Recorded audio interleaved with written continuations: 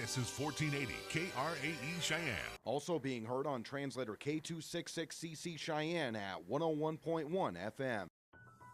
It's time now for something new for you. It's KRAE Reports, a week in review. And now let's check in with our program right here on 1480 KRAE Cheyenne. And we welcome you to KRAE Reports, a week in review, as we're back at it after the New Year holiday. No show last Monday. But we're here today, both Nick and myself, for the next couple hours. And if you want to chime in as well, we'd love to hear from you. But let's take a look at quite a few things to talk about. We'll start getting some guests as your calendar begins to fill up here, Nick. But I think the most striking thing to me, and we were near this situation this past Friday night out at Cheyenne South, was the stabbing incident. Matter of fact, it happened just as we were departing the gymnasium. And it brings up some concerns for me. And again, we saw the fight that was going on. I couldn't tell you if it was white, black, Hispanic. I can't tell you who was fighting because it was dark. Matter of fact, it was like right in between the main doors of South and getting out into the parking lot. There was quite a few folks around the fight scene, and then as we were getting to the car, it looked like somebody was coming, I guess just an everyday person coming by to break it up. Well, and again, from what we have, and again, we're Cheyenne Police Department as of right now, again, looking for at least anyone tips, which again, we were about 10 feet away from the incident that happened. But again, from what we saw, again, it was dark, again, not well lit in front of Cheyenne South. Again, it was also too icy. So, again, basically from my recollection, again, it was around 11 o'clock. Again, this is post Cheyenne South. Again, we were there broadcasting the Green River contest. Again, boys game went into overtime. Cheyenne South comes away with the victory. So, again, high emotions. It was a high energy place that Friday night there at Cheyenne South. Again, good crowd on hand there for both basketball games. Again, part of the James Johnson Winter Classic. But, it's a situation that, again, when we exited the building, again, it's dark. It was icy. Again, there are some rowdy teenagers that, again, are assuming students there at Cheyenne South. And again, it seemed like it was teenagers that were all kind of exiting out or, again, surrounding and celebrating with the team and coaches as well, too, parents as well. But again, what we saw when we exited out of the building, again, a couple yards away from the front entrance there, Cheyenne South, again, it was about 4 or 5 teenagers that all, it seemed like at first, kind of fell on the ice because, again, it was very slick. Well, and they thought, I thought they were just, goofing off, wrestling around, because that's what it looked like. They were wrestling around. And again, like you said, I barely could keep my footing. Walking on the paths there at Cheyenne South, nobody had gone on out. Yeah, at first, again, it seemed like, again, there was a bit of yelling, but again, didn't pay attention. I also, too, again, tired and just kind of focused to get back home. But it was a situation where, again, you heard a little bit of yelling, but again, it looked like at first that, again, a bunch of them just slipped on the ice because, again, it was where, again, you had to slow, at least treading. Then eventually you found out it was becoming a fight. And again, at my point in time, or at least from our angle, again, it looked like it was just a good old-fashioned just schoolyard fight, which, again, hey, seen it at Johnson Junior High, seen it, again, it's going to happen at Cheyenne South, happens at Cheyenne East, Central. Again, it's something that, again, teenagers, hey, they're gonna do around town or get throughout this entire country. But, again, didn't think anything of it until reports came out from, again, the police department basically saying, hey, 16-year-old involved in the, at least, altercation was stabbed. And again, we had that indication, or again, we saw as well too, or at least heard. Not sure if it was an administrator or if it was one of the coaches as well too, exiting the building that yelled out to the group saying, "Hey, stop it!" before everyone kind of dispersed. Again, it was tough to get at least over there just due to, again, how slick the conditions were. Yeah. Everyone did disperse, but again, did not see anyone pull out a knife. Again, it was just a good old-fashioned scrum, at least kind of scrum that was, again, a bunch of bodies there lying on kind of the icy cement in front of Cheyenne South. So did not see any weapon. Did see a bunch of people flee. Again, kind of, and again, my takeaway as I recollect, at least that Friday night, was, again, it was kind of wannabe kind of gangsters saying, hey, represent South Side, blah, blah, blah, blah, blah. And the way, the way they were down, it looked like they were wrestling. Okay? That's what it looked like to me. They were wrestling. Onlooker, whoever came by, broke it up. And next thing you know, they're running through the parking lot. And I'm going, my goodness, it's slick. Everywhere it was slick in that parking lot because of that snow/ice. And, and then one of the youngsters came back and said he was bleeding, and somebody offered to take him to the hospital. So, again, from going, and again, when he was bleeding, again, we're assuming bloody nose, whatever the case may be, because he wasn't like slumped over or ready to collapse or anything like unless that. you saw blood, I didn't see anything like that. I again, like I said, I just heard it, from you were the afar. one that was kind of more of the looky-loo, kind of rubbernecking on a situation like that. I was trying to keep my balance. But either way, though, it's a situation where, again, didn't see anyone pull out the weapon at hand, did not see who, again, was involved in the altercation, because, again, it was about 5 bodies in a dark kind of area around South High that, again, all collapsed in front of each other. And again, this happened in the kind of situation here as well. Again, this is happening in front of the school doors. Again, it was so large group. Again, we weren't the last ones to exit out of Cheyenne South. There were still a lot of families. We also, too, saw Green River, the boys team. They were exiting the building as well, too, hopping on that bus. So, again, it was all kind of a main thoroughfare for a lot of bodies to witness this incident. And it kind of brings up the situation of who's kind of at fault here over at Cheyenne South. Is this something that falls on, the police department with, again, where was the SRO there at the time? Where, again, we saw SROs at East and Central, part of this James Johnson Winter Classic. Again, is this on administration there? Again, not saying putting blame on it, but, again, does it fault on A.D. Wendy Johnson? Is it on, principal staff at Cheyenne South? Is it on the police department? Who knows at this point in time? But, again, it was a populated part of Cheyenne South. Again, it was not behind the school. It was the front doors. Yeah. And this incident happened where you got to feel like if it was properly staffed or, again, lit up or who knows, this incident probably could have been avoided there at Cheyenne South. Who knows? Well, and I think you're absolutely right, because when you have that many people exiting the building, and let's be honest, there was a good crowd, both of Green River contingent out of Sweetwater County, and again, a lot of folks came out to cheer for South High in that thrilling overtime game. So a lot of people are leaving the building at once, but there really is nobody, at the front doors.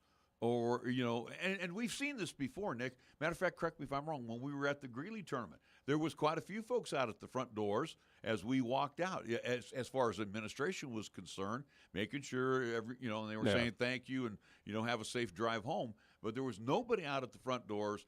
That part of the building that we, matter of fact, you go out the main doors, and we were in the, which would be our left-hand part of the parking lot. And again, it's dark.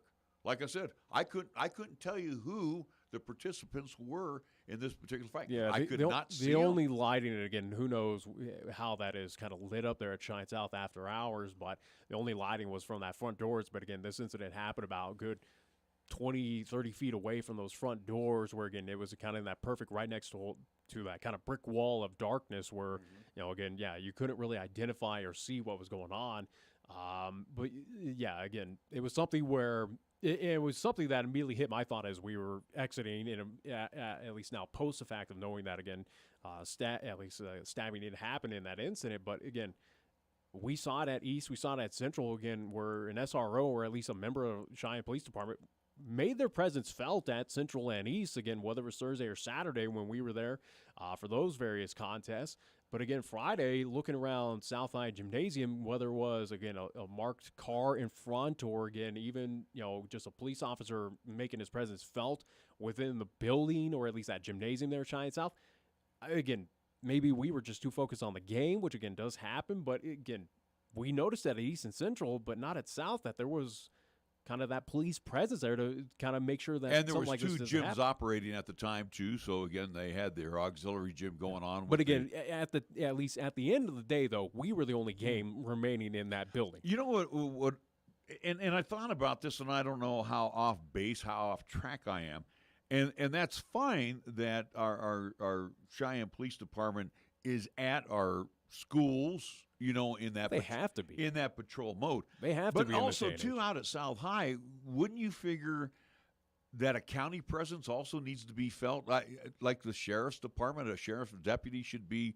I don't know about that. That might be a little ticky tack, or again, it might be more Well, so of again I'm just- boundary lines. I'm just saying though, a situation like that. Again, you're talking about a school. What the third or fourth largest in the state as far as student population is concerned, and you have a late night activity going on.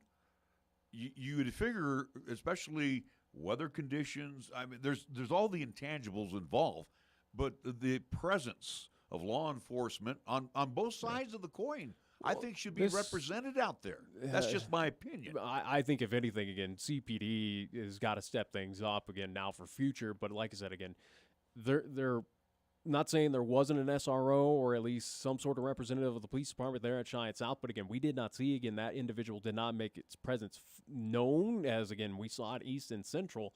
Again, could have been there, but again, at that time of the incident, where were they? Again, that was kind of the question. Again, did not see that Mark Carr.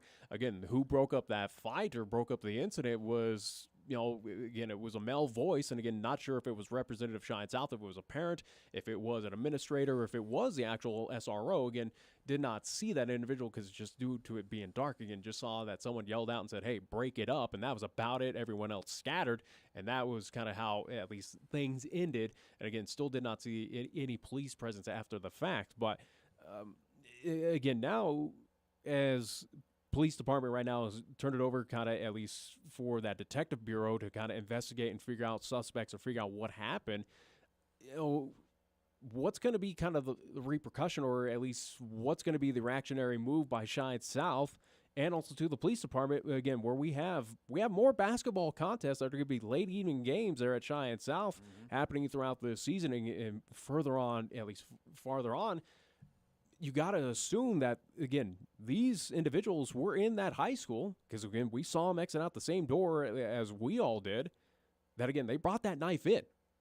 That, again, weapons are entering this school, that school was it presence in that school. You're assuming now because you don't know if they were even part where of the game. Then where do they get that knife from? They then? could have been. They could have been waiting. Could have been waiting out of the parking lot. There's all kinds of scenarios. That group all came out from that one door. No, actually, what I saw when they were scrumming, we don't know. We don't know if they were from the game or whatever the case may be.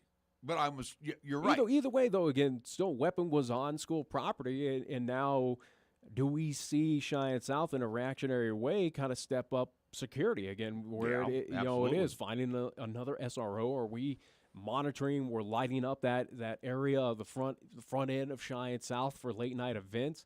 Those on staff again.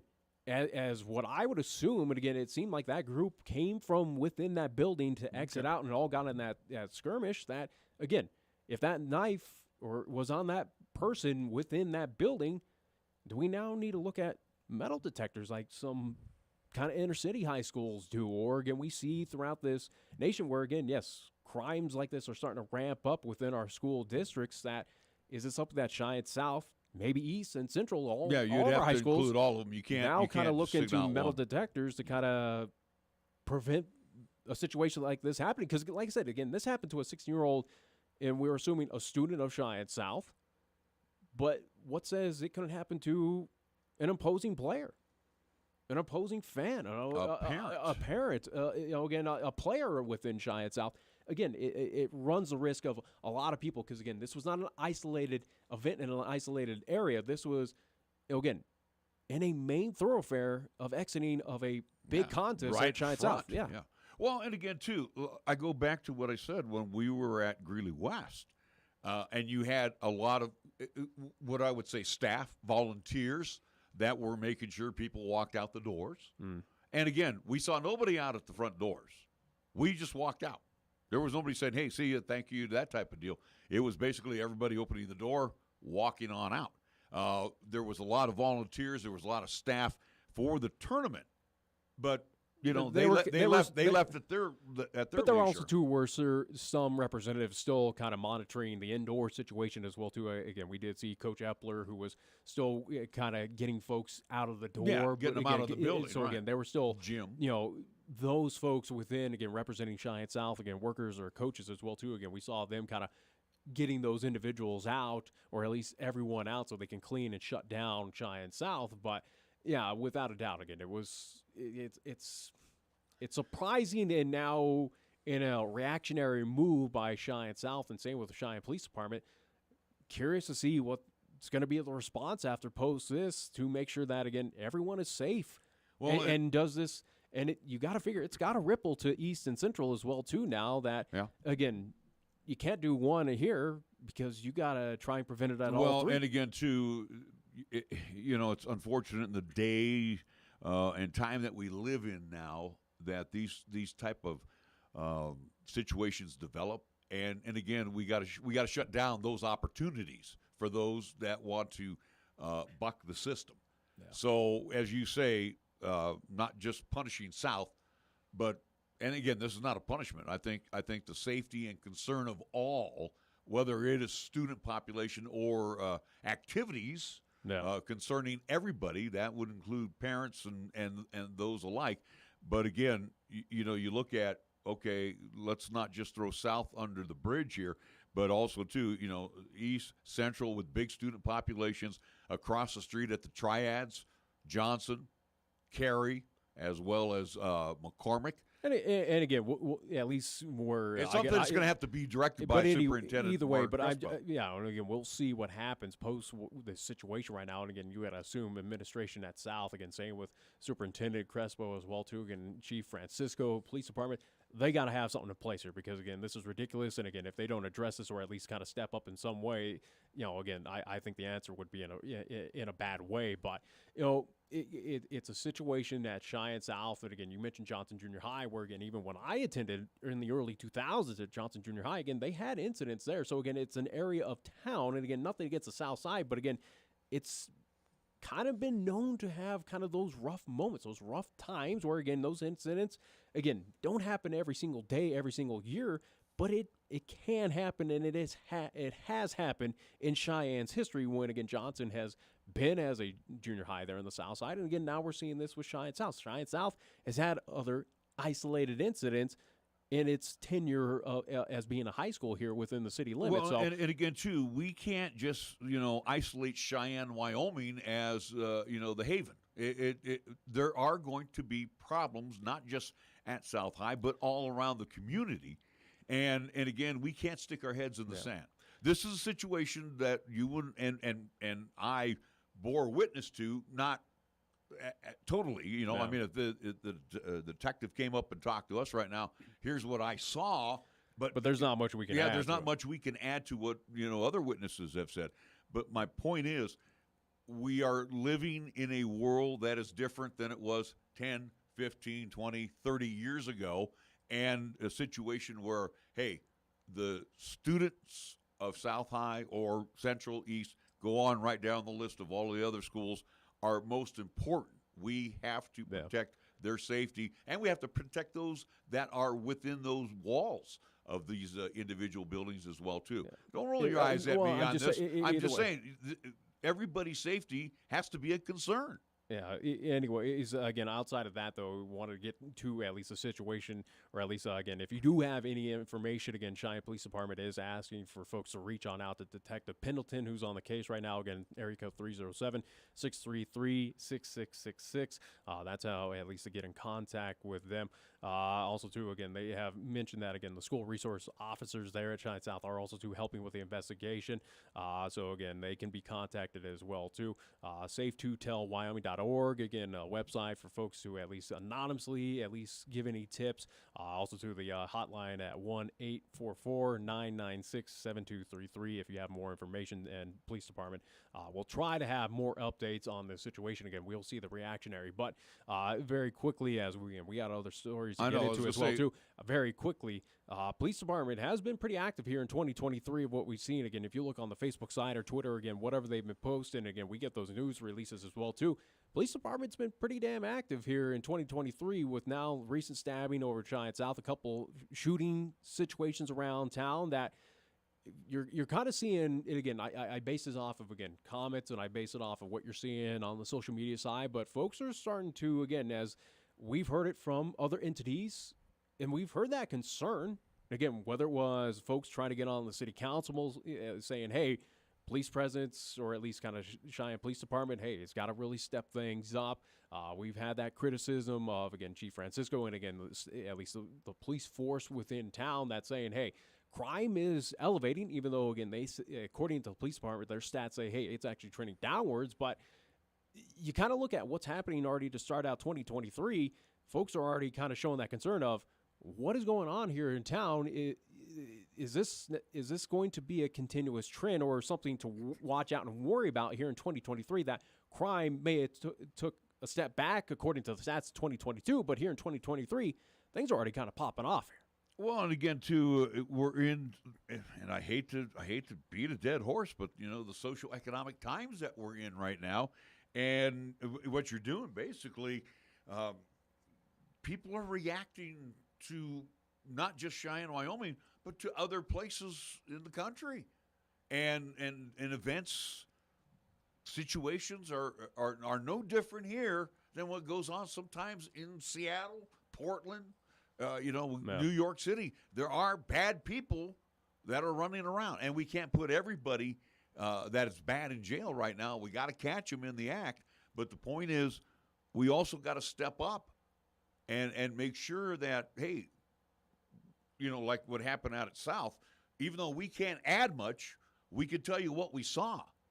And to the Cheyenne Police Department, your SRO, maybe, at the end of a ball game, should be at the front door, making sure everybody gets home, or sitting in his vehicle right at the front of the doors. I don't know, Nick. Yeah, and again, this could be just one isolated incident that happens all year. In the police department that's dealing with, again, shortages, and again, they've been dealing with for however many years at this point in time. Again, they got to find a way to get boots to the ground, so to speak. And again, regarding the Cheyenne South situation, again, you got to find more resources out there to further protect folks, to avoid any other situation like this. Because, again, for us, this is the first time that, again, we've been at how many sporting events, again, on the high school side, whether it's here in town, throughout the entire state of Wyoming, basketball, football, baseball. This is the first time we've seen something like this happen out in front of, again, on part of school grounds. Yeah, and, an altercation is going to happen from time to time, whether it's, it's just the nature of the beast because of the competitiveness. Whether it's and I'm sorry, sometimes parents get into these. But this time it's a stabbing, it's a knife, which again is unfortunate. But when's the next going to be a situation of, again, it's going to be a shooting? I don't know, Nick, and that's just it. And again, too, not just South, but all three of our high schools need to take a look at this situation because, again, after an event, whether it's, like you said, football, basketball, whatever, there are a lot of people converging out of the building. Yeah. And somebody may not be happy. Yeah. And again, you can't be all places at once. First, let's throw that onus on the PD. They can't be everywhere at once. But you do have somebody that is a representative. They need to be strategically placed. Yeah. I guess that's the easiest way to put it. And in that situation at South High, again, when we all departed out of the main doors, there was no one there but us, just people walking out. And again, there was no maintenance. And again, I'm not slamming South, but again, the entire walk area out of South High was ice because you were kind of giving me grief, and I was kind of shuffling through that so I didn't fall. And we're carrying all this equipment. But my point is, which again, the ice has nothing to do with this incident. But again, no. But I'm just saying, some of that stuff should have been maintenanced prior to everybody leaving at 11 p.m. because that's when we all got out of that building. So I'm just saying there's a lot of dust that needs not to be swept under, needs to be cleared out. Plain and simple as, again, we need to get onto other news stories after this, but it's a situation that Cheyenne South, and again, curious with East and Central as well, too, and even we'll clump in Triumph right now. That, again, our 4 high schools here in town, again, see what's going to be the reactionary move post this. Again, will it be on the extreme? Will it be addressed at all? Again, we have an event coming up this Thursday night. Again, it's going to be a big profile contest between Cheyenne East and Riverton, and it's more so kind of history for the Cheyenne East Lady Thunderbirds. But, again, that's going to be a big event, and do we see a stepped-up police presence for that contest over at Cheyenne East? Again, does Cheyenne South step up and add a couple more SROs, or again, the police department says, hey, we got an event here, we're going to step it up, and we're going to man those front doors to make sure that this does not happen again. It's going to be interesting to see the reactionary move, if at all, and I you got to feel confident that the school district, these schools, the administration, and same with the police department is going to have some sort of, not so solution, but again, they'll address it and try to at least bolster security in some way, shape, or form. But again, it's going to be curious just to see more so of what's going to happen post this. Because, again, we still got a lot of basketball happening here in town. We got a lot of big events, again, namely as well, too. What's going to happen at Story Gymnasium? Yeah, and games are going to end during the dark. It's going to be, 9:30 when everybody departs out of these buildings. But, again, can't – and I'm not going to throw this out there. Can't tell you if it was racially motivated.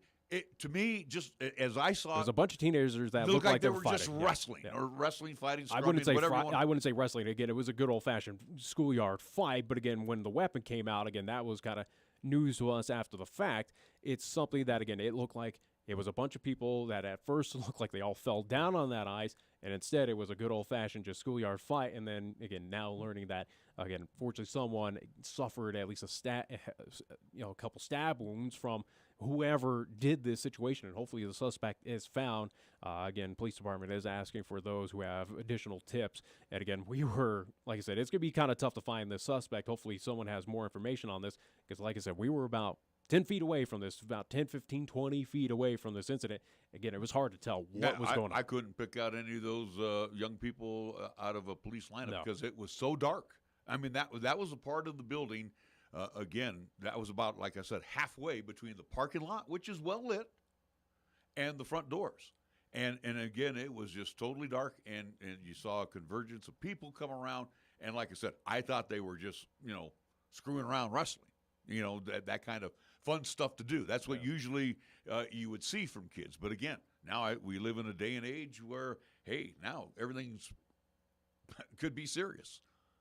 And again, I hope today, as they are meeting at the various schools, and I know I've got a call out to one of the athletic directors here in town just to see what their reaction is to what happened on Friday, and hopefully we don't see an incident like this again. But this is something. Yeah, hopefully it's just you don't want it to happen at all, but hopefully it's just an isolated incident that just happens this one time and it does not happen again. But again, you can't take that risk if you're any of the high schools, and again, same with the police department. Got to be proactive now. You can't allow it to happen.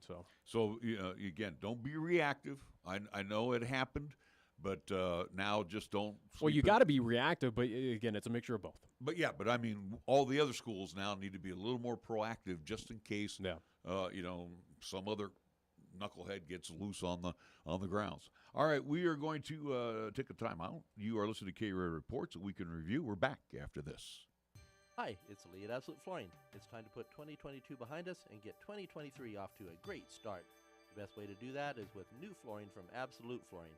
With a large variety of flooring products in a multitude of styles, colors, and prices, your new floor awaits you.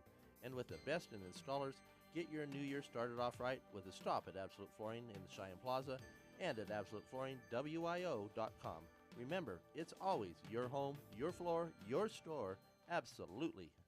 MHP is a certified public accounting and consulting firm located in both Cheyenne and Fort Collins, offering accounting, tax, and consulting services to businesses, not-for-profit, government, and individual clients. MHP takes pride in their commitment to providing close, personal attention to their clients. They also continue to invest time and resources in continuing education, state-of-the-art computer technology, and valuing their relationships with you. MHP is a proud supporter of local and UW athletics. MHP, 314 West 18th Street, or call 634-2151. Are you 60 plus and love to travel? Introducing the Senior Travel Discount Network, brought to you by Low Cost Airlines. Call us anytime, day or night, and save up to 75% on your airline and hotel reservations. We can help you save a ton of money to fly almost anywhere. We have inside discounts on over 500 airlines and 500,000 hotels worldwide. And when you call and mention the discount code 60 plus, we'll give you an extra free night with your qualified air and hotel reservation. Now you can get the best prices on air and hotel reservations with your phone. We make it easy and fast for you to save money and book a trip. Remember, call the Senior Travel Discount Network, mention the discount code 60 plus for your free hotel night with your qualified reservation. Call now. 800-510-7126. 800-510-7126. 800-510-7126. That's 800-510-7126. At the Cheyenne Regional Heart and Vascular Institute, you're welcomed with the warmth of a community hospital and cared for with help from the most advanced technology in the industry. With our full spectrum of in-house heart services and procedures, you can get the treatment you need, recover, and get right back out there, all while remaining close to home. Find out more at CheyenneRegional.org/heart. For almost 60 years, 1480 KRAE has been Cheyenne's home for good times and great oldies. Add to that live play-by-play sports featuring high school football and basketball, along with LCCC men's and women's basketball. Now combo that with KYOY FM and you have Cheyenne and the area's only locally owned AM and FM radio stations. But we don't stop there. We also have 2 FM translators which serve the area with programming from both KRAE and KYOY. And that equals a lot of bang for your advertising dollar. Radio yesterday and now today, along with our websites, web streams, and digital ventures, makes us your one-stop shop. For more information, please call Larry Proetti at 307-637-0301. Here's the latest weather forecast on 1480 KRAE. Weather-wise for today, sunshine and breezy. Expect the daytime high near 43. Winds out of the west, 15 to 25. Gusting as high as 35. Partly cloudy for tonight, low down to 27. Partly sunny, continued breezy for tomorrow. We're looking for a daytime high near 50. Mostly cloudy Tuesday night, low down to 29. And for Wednesday, mostly cloudy with a slight chance of snow developing mainly in the afternoon. Continued breezy, we're calling for a daytime high near 43.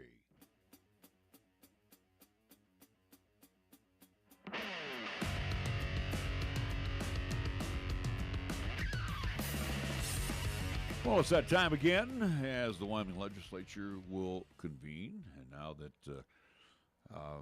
all the elections are all certified and everybody will be sitting down, and again, it'll be a very, very dominated Republican House, both on the Senate side and the House side. No surprise here in the state of Wyoming. Yeah. Regarding as well, too, with the upcoming legislative session. Again, or at least I have reached out to a few, at least representatives, especially here in Cheyenne or Laramie County. A few have reached back out to join us on the show, which, again, we will at least update as, again, we get more information on that. So, again, we are well aware, and, again, hopefully we will get some of those state legislative representatives here in studio to talk about at least what's upcoming, some of the bills, and just some things that they're trying to at least get accomplished here for the state of Wyoming. Well, and again, we have some notes here of some of the things that definitely we're keeping an eye on. One of them, you know, if it takes a lot of time between you and me, so be it. But we have discussed it. I've given you my opinion on it. I also, you know, I'm willing to work on this one, though, Nick, as far as my opinion is concerned. But Jeremy Haraldson, he's a state representative, a Republican out of Wheatland, and he's going to bring back another bill that would stop the practice of crossover voting in Wyoming primary elections. So basically, if you are a DRI, whatever the case may be, you just can't go and flip over for the primary and then flip back to your regular political party. And again, what raised this question again was especially in August, the push by the Democrats for Liz Cheney, because Liz Cheney was in trouble here in Wyoming with her own party, the Republicans, and she was very much in trouble against Harriet Hageman, and the push was on, hey, for those Democrats to switch parties for the primary to help Liz Cheney be the congressional nominee. And again, too, and you and me, we looked at those numbers after the primary, and we saw if you were a Democrat, hardly anybody voted for you. Yeah. I mean, there was a big shift of Democrats that went over to the Republican Party or voted Republican in the primary election, then shifted right back to their political party. So how far this goes into the chambers, the House, I don't know. And It's again, been talked about a while, and again, my answer to this, and again, will this bill pass or at least get through? I could see it, especially within this state. I could see it moving at least forward. We go back a couple months ago where, again, brought up an article to you, and we talked about it. It was more so looking at other states, and I think Utah is kind of the closest one that has this implemented where, again, primaries, their state primary election is no longer dedicated to Democrat, Republican, Independent. It's more so of, hey, here's a group. Nonpartisan. You vote for whoever you think is the best, which, again, I as we're seeing other states move to that and, again, kind of adopt that system, I have no issue with that. I think for Wyoming, that'd probably be beneficial where, again, it's no longer – because, again, especially where the state is heavy on the red side, and again, our side, again, those kind of candidates get more of the love and, again, more of the votes. Again, Democratic side or candidates – sorry, most of the time you don't have a prayer outside of if you're in Albany County or, again, within Teton County up there in Jackson. Again, I would be, instead of more focusing on trying to keep the primaries of, hey, you can't swap party lines, instead, why not just look towards, hey, nonpartisan, find a way, and again, without knowing on top of my head of how Utah goes about it, but again, obviously it's working for that state and the others that have adopted it, there's ways to, again, just go to this nonpartisan where, again, you don't have to worry about at least kind of anyone switching sides. It's more so of, hey, get your best candidate, and everyone votes for who you think is the best candidate. So what you're saying to me, and I might be wrong here if I'm listening to this, that let's say there's 20 candidates for Congress. You take if your top if two. you're going to bring this up again, I don't know the specifics on this. Again, it's above my pay grade, clearly. But what I'm saying is, here's the deal of the political process, and this is where it becomes a mess because not everybody's Republican, not everybody's Democrat, not everybody's Independent. You have many other smaller type parties, libertarians, what have you, and I mean, I don't have a problem with the nonpartisan. Give everyone a shot. And again, I think it's more so where, again, we're seeing this has been the issue, and we've talked about it, at least for me, for about a good year now on this program, that, again, we're starting to see that, again, more folks kind of overlook the fact of who the person is that they're voting for. It's more so of, I'm a team player. I'm on this team sport. I'm going to just go Republican. I don't care. I'm going to go Democrat because I don't care because, again, they got the D or the R. I don't care who they are. It's just cool. They play for that team. Do the nonpartisan route, especially regarding state politics, and, again, at least representatives as well, too. What's the issue in where the key theme, or at least it as it seems to be the theme in these states that adopted this of it's nonpartisan, forget what team they're playing for. You vote for who you think is going to be the best, who's going to, again, bring you a prosperous life, who's going to hopefully bring you lower taxes, more money within, again, goods, services. They're going to do the best what's for you and your family and for the entire state. What's the issue with that?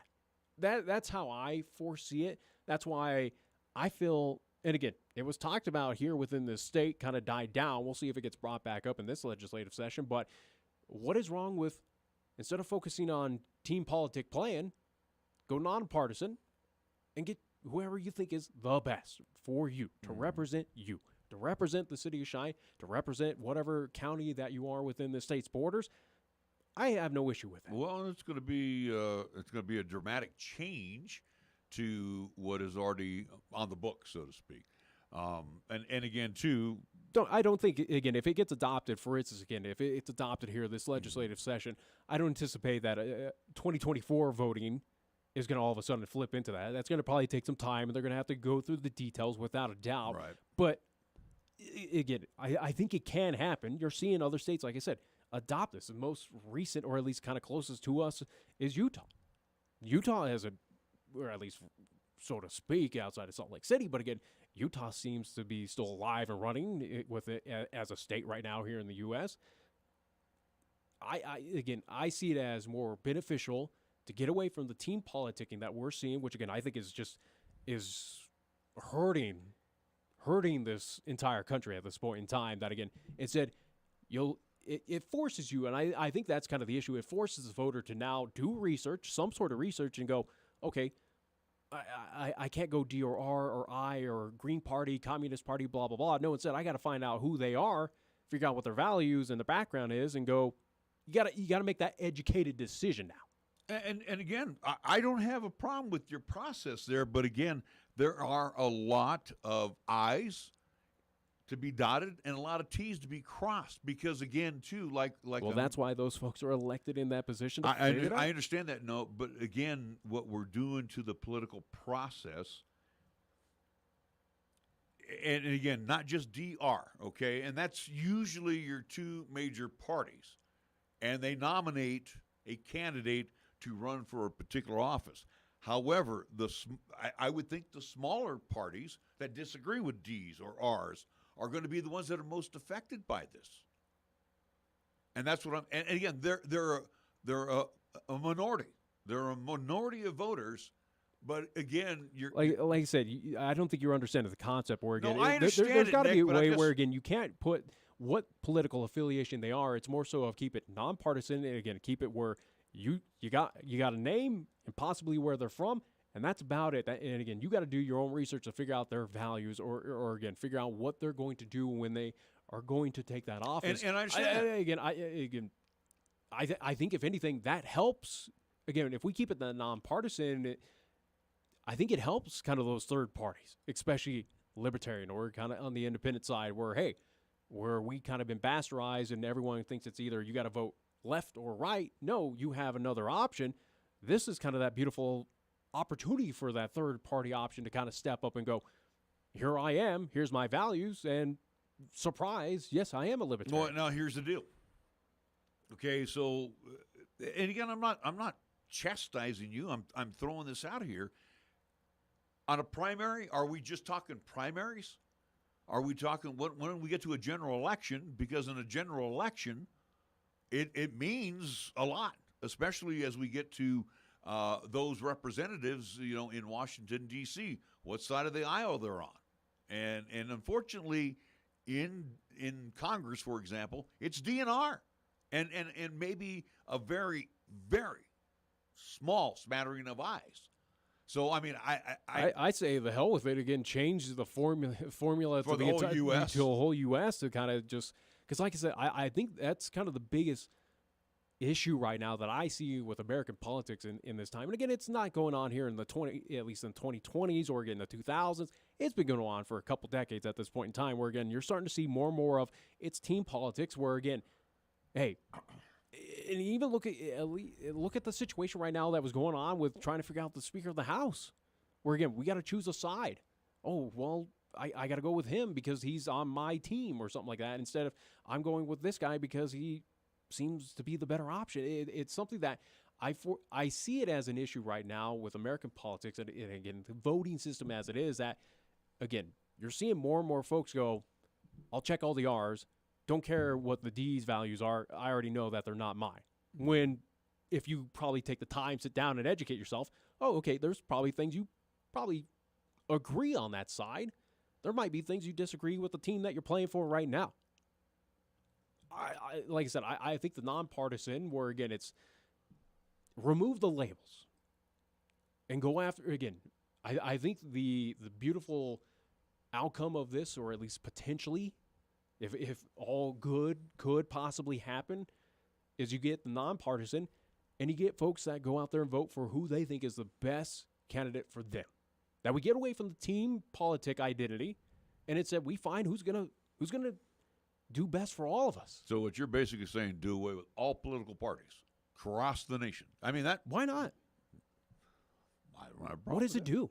All it is just a label in front of your name that says, okay, this is what team I'm fighting for. It's one party stands for this and the other party stands for that. And then you have the small splinter groups. Who would I rather have, especially in the state legislature, and same with even at least on the main stage side, even with the president? I want the best candidate. I want the guy, the gal, whoever is going to be the best fit to make sure that, hey, I have, again, lower tax, or at least, again, potentially lower taxes, affordable housing, affordable health care, affordable, food prices, avoid inflation, jobs available. Again, someone who's going to go in there and fight to make sure that me and other citizens across this land, the best life possible. Okay, but you know what you're saying, though, Nick?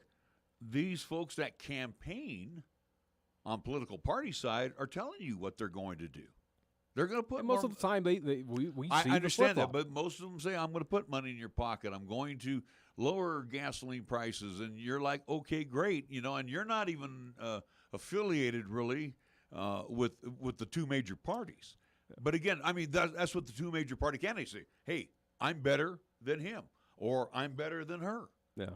And again, too, they're selling you with radio, television ads, newspaper ads, public appearances. This is how great I am. So what's to say, as you take the labels off? Will the nonpartisan fix the problem? No. It might help a bit, but I think what I'm kind of suggesting, again, it's curious to see if it'll ever happen within at least the state's borders or, again, a nationwide situation. But it's something that the trend that I'm seeing, again, I think that's the biggest issue that I have right now is it's more so if you have folks out there voting that are not educating themselves on who the hell they're voting for, and then and again, look at the situation here in the state of Wyoming. Look, you voted Liz Cheney, and then all of a sudden she does a few things that you don't like, and all of a sudden, hey, what the hell? This kind of came out of left field, apparently, to everyone out here. Well, she wasn't representative of the philosophy. If you let me speak, it's a situation that, again, I think that we're too heavy, and we're starting to see folks more team vote, team play, that I don't care. They got an R in front of their name. They might be good, bad, indifferent, I don't know. But all I know is they're a Republican. I'm going to vote for them only. That's the issue that I see. That, again, we have people that are just checking the boxes as if it's an all-star vote. That, okay, they play for this team, I'm going to select for this team. Again, essentially, if again, for MLB all-star voting, I'm going to pick only Giants. Well, there's other good, talented players out there on other teams that probably deserve that spot. Mm-hmm. That's how I see it right now, is that it's more so of it's a gimmick vote style that's becoming more and more rampant, that you have to It's constitutional. But it's pathetic. It's pathetic at this point in time where, again, we're forcing folks to choose a side. And maybe it's just me coming in as that independent, as that libertarian. Hey, they're saying, hey, there's options. You don't have to go for either or. You don't have to choose the lesser of two evils. Then no, there's other candidates out there that deserve and probably are the better candidate as an option instead of voting or at least choosing a team. Well, I don't see that happening in my lifetime. It might happen later on in your life. If Who knows? I mean, it is getting out of hand. I will give you that. I'm not going to argue that both sides are really, again, both sides are really dividing the country. The country is split in half. It feels, again, to use the word toxic, it feels that right now, more than ever, and again, it kind of goes year in and year out, that, again, this team politicking play that we do right now is getting even more and more toxic, that it kind of trickles on down where, again, you're starting to see where, again, you can't have a civil conversation with anyone before it kind of ticks off regarding politics anymore. That, again, someone gets all of a sudden offended, or, again, hey, it's becoming sport-like. Oh, I understand that. And again, too, I'm tired of the Washington blame game. If anybody is to blame, is Washington. They are the culprits.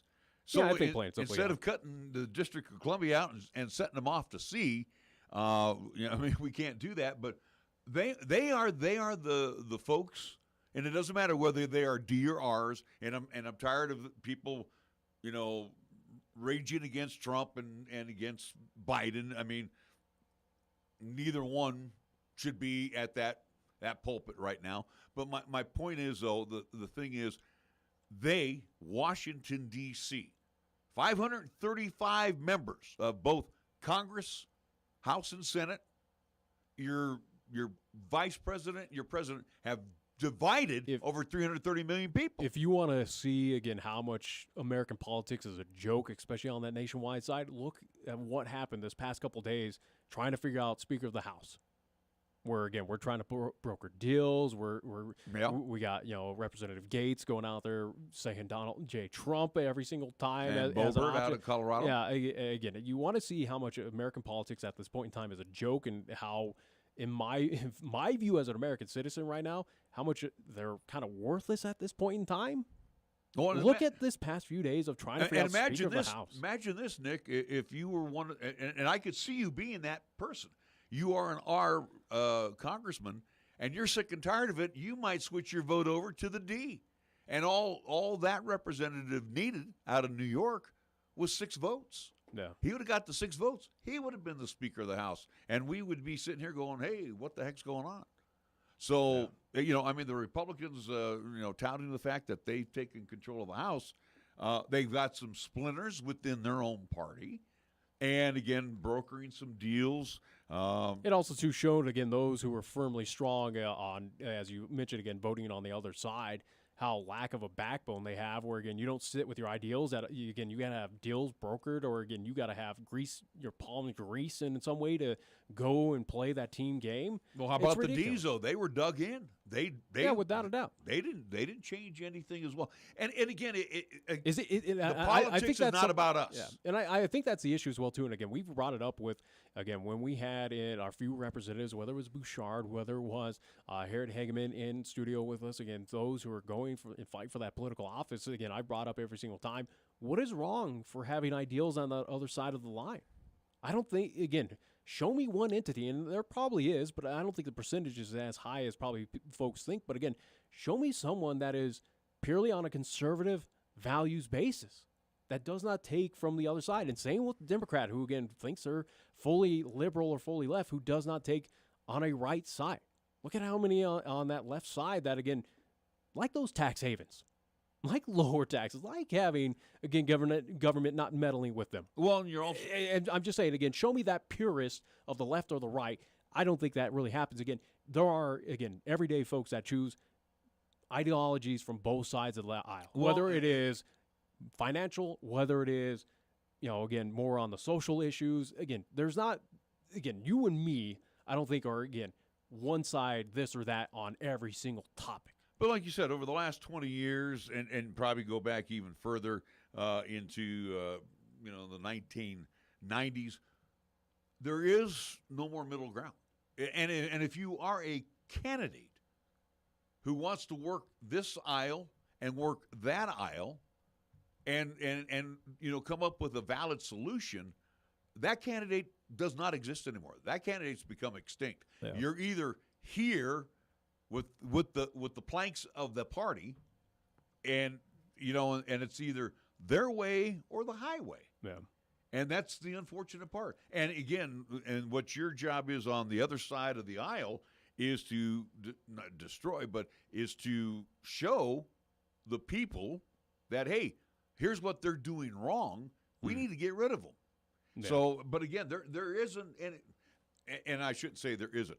I'm sure there are a few, but it is a dying breed of those that are middle grounders. Yeah, well, again, it's kind of getting their hands forced to, again, play that team sport and join up, or you get left in the dust, unfortunately. But also, too, on the other side of the coin, though, too, if you have one side running the show, they're given an opportunity, at least 2 years, they're given an opportunity to work for the people. And what we're seeing on both sides, okay, and especially as most recently now with the left during the last elections, they were given 2 years, and they failed to work for the people. Yeah. So now the right is going to have that opportunity for the next 2 years. Again, jury's out. Will they work for the people? And like you said, prior to the speaker being elected, which took 15 ballots to get him elected, and which some was other ridiculous. Some other deals brokered. But then again, too, Nick, some of those on the right were dismissed from committees and being in charge of committees by the party that was in power. So again, now it's ugly and it's ridiculous at this point in time. But are the people represented? No, I don't think so. And again, even bringing it down again as we kind of went in that tangent on the national side again, coming away from Wyoming legislator, which again we'll talk about more coming out for the upcoming session here in 2023. But again, that one bill of trying, at least in the primaries, to at least avoid kind of that voter at least jumping of parties into those primary elections. Again, we'll see if that gets passed, or again what happens with that. Will it get passed? I think it can. I think it has a good opportunity in this state, especially where, again, it is kind of heavy on the R side. That, again, a lot of those folks probably agree with that, at least sentiment of that bill, that it should go through, and that Governor Gordon would probably at least enact it here in the state. But we shall see. But, yeah, again, politics, you even kind of question right here on the state side as well, too, with our representatives of, again, do they truly represent us, again, our representatives that are within, again, covering Cheyenne and Laramie County? I don't know. Right now, again, how ugly politics is, I don't, even on down to the city council right now here in town. And that's nonpartisan. And nothing against the city council as well, too. But again, do they truly represent average Joe citizen that they're supposed to represent? Again, I don't feel it. By your formula, it's nonpartisan. Yeah. So again, you're voting for the best candidate, right? Yeah. But you right now just said, I've got my doubts, my issues. And again, these candidates have had their chance to express their views, what they would like to do. And again, now you're like, there's 10 of them on representing the entire city of Cheyenne. And again, regarding the city council might be on kind of hurt feelings on this end, where again, as we are now understanding it again, for some of those that were vying for some of those ward seats, kind of the big issue was contacting or at least getting in touch with this city council. I'm one of those, especially here in the media, that again, I can't get a response back from these folks. That again, they kind of just off in their own world doing whatever. Again, it's been a couple of weeks, couple of responses back, and no response. So maybe it's a little hurt feelings on that. But again, moving it back up, I guess, to the state representative side, again, do they represent, or at least do I feel like they represent me or, again, other citizens within this city or, again, Laramie County? And I think it just more so stems from that that national side feeling that, again, nothing against Senator Barrasso, nothing against Lummis, nothing against eventual Hageman, but I got a bad taste in my mouth from just previous iterations, previous representatives, again, not just in this state, but again throughout this U.S., that, again, it's a joke. It's a circus that I don't really feel like they're out for the best interest in us. It seems like it's more and more interest of them. And again, look to what we just saw this past couple of days. Again, brokering deals, greasing palms just to get whoever you want in. And it's interesting that you mentioned Senator Barrasso. And Senator Lummis also has come under a little fire for her decisions. But with Senator Barrasso, he's kind of hitched his wagon behind Mitch McConnell. Well, now let's talk about Wyoming. Conservative Wyoming, not really all excited about Mitch McConnell and Senator Barrasso. However, if Senator Barrasso was on the ballot today going against Democratic candidate, whoever's not even Democratic candidate, I would say more so on the primary of what we saw with Liz Cheney and Hageman, that if you could find a decent candidate on the a comparable candidate on the R side in the primary going against Barrasso, could Barrasso lose? No. Yeah, I don't. No, again, it's kind of that. And again, nothing against Dr. Barrasso, but it's more so of he's started to become that career politician. Unfortunately, a swapper. So, and again, there's a lot of things that, again, you look at it here in the state of Wyoming, and this is going to open up a can of worms. And what happens in this situation, to be real honest, I think it's going to get, beat. It's going to get shelved. But I just thought I'd bring it up, though. It was interesting that somebody wants to, stick their nose in there and kind of fire people up. Like I said, that's just one of potential legislative bills trying to get passed through, or at least will probably be brought up in the upcoming session. Again, we'll talk about a few others that have made kind of headlines here in the state. So, but we'll get into it after. Hour number 2. Yeah, we'll take a timeout. You are listening to KRAE Reports, a week in review. We're back after these words. Winter driving in Wyoming. Are you prepared? Winter storms strike quickly across Wyoming's high plains and the mountains. When they do, driving conditions can deteriorate rapidly and become very challenging. Make sure your vehicle is ready for the elements and you have an emergency preparedness kit available. Driving on slick roads, always remember slower speed, acceleration, steering, and braking. Also turn off the cruise control and always buckle up. Ice and snow. Take it slow. Know before you go. For travel info, call 511 or online at wyoroad.info. Paid for by Federal Highway Safety Funds. If you're a diabetic, we have great news. You can end the painful finger sticks with a new CGM. Plus, they may be covered by Medicare, Medicaid, or private insurance. If you test and inject daily, you may qualify. Call US Med now to learn more. 800-413-7619. 800-413-7619. 800-413-7619. That's 800-413-7619. There may be a chill in the air, but the action is always hot and heavy at the 3 locations of Wyoming Downs in the Cheyenne Plaza, inside the Outlaw Saloon on the South Greeley Highway, and on Delrange Boulevard next to Culver's and Office Depot. You can watch and place your pari-mutuel wager on a variety of simulcast horse races from the nation and the world's tracks. And check out the excellent selections of games offered by Wyoming Downs, where you can win a lot of cash. Remember to pick up your player's card and enjoy Triple Points Monday and Club 55 midweek, along with other specials. Win big today and bring your friends to Wyoming Downs in the Cheyenne Plaza, inside the Outlaw Saloon on the South Greeley Highway and at 1345 Delrange Boulevard. For more information, go to wydowns.com. Sweetie, want some fruit? You have to use the right tool for the job. A power drill is the wrong tool to slice fruit. Just like an antibiotic is the wrong tool to treat viruses, including colds and flu. Antibiotics are only needed for certain bacterial infections. When they aren't needed, antibiotics won't help you, and the side effects could still hurt you. Ask your healthcare professional when an antibiotic is the right tool and when it's not. Visit cdc.gov/antibiotic-use. Check out the huge savings this week at Town & Country Supermarket Liquors. Here are just a few of the terrific weekly specials. It's your one-stop to shop for these Super Radio buys heard only right here. Jack Daniel's Apple Tennessee Whiskey, 1 liter bottle, $19.99. Modelo Especial, 24-pack, 12-ounce cans, $28.99. And Old New England Eggnog, 1 liter bottle, $13.99. Town & Country Supermarket Liquors on the South Greeley Highway, Cheyenne's low-price leader. Here's the latest weather forecast on 1480 KRAE. Weather-wise for today, sunshine and breezy. Expect the daytime high near 43. Winds out of the west, 15 to 25. Gusting as high as 35. Partly cloudy for tonight, low down to 27. Partly sunny, continued breezy for tomorrow. We're looking for a daytime high near 50. Mostly cloudy Tuesday night, low down to 29. And for Wednesday, mostly cloudy with a slight chance of snow developing mainly in the afternoon. Continued breezy, we're calling for a daytime high near 43.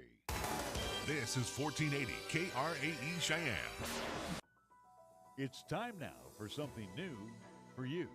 It's KRAE Reports, a week in review. And now let's check in with our program right here on 1480 KRAE Cheyenne. Interesting how fast hour number 1 went by with just you and me just discussing a couple of issues, Nick. Now we move into some more legislative news that could be in the offing, and it's this courtesy of the Cowboy State Daily. And State Senator Dan Lawrenson, who's a Republican out of Powell, and this particular lawmaker who's pushed doing away with daylight saving time, also fought COVID-19 vaccine mandates, and he's pretty much never shied away from challenging legislative leadership, has a new attention-grabbing bill up his sleeve. Interesting. And just I had like a couple of minutes to read this. This is interesting. His legislation that he's going to propose, and this was proposed last week, would prohibit employers from requiring employees to have microchips implanted in their bodies. So I'm going to, again, you're of that younger generation.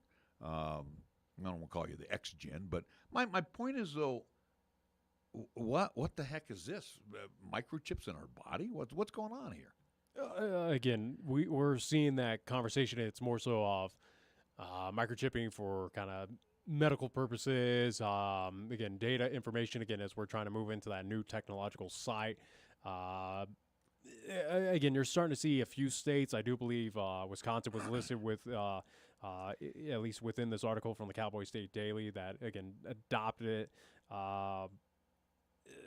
Again, it's something that microchipping of identity, health records, again, you're trying to find that one-stop situation where, again, for the future, hey, you scan it, here's all your information, and blah, blah, blah. It's kind of similar of what we do with dog tags right now, where, again, Oso has, unfortunately for him, he has 2 microchips because, again, at least Animal Shelter was not too smart on the situation, but, again, he's got those microchips, so, again, if he's ever lost, or, again, regarding his medical records, hey, boom, there it is. They instantly have it, and, again, can verify that I am the owner, this is his medical records, all that good stuff, where if he is to be lost, or, again, go to the pound, something like that. So, on a human side, the potential or the opportunities are, again, abundant, but right now it seems like this is more so for kind of health records, potentially. But, again, is this something to worry about here in the state of Wyoming?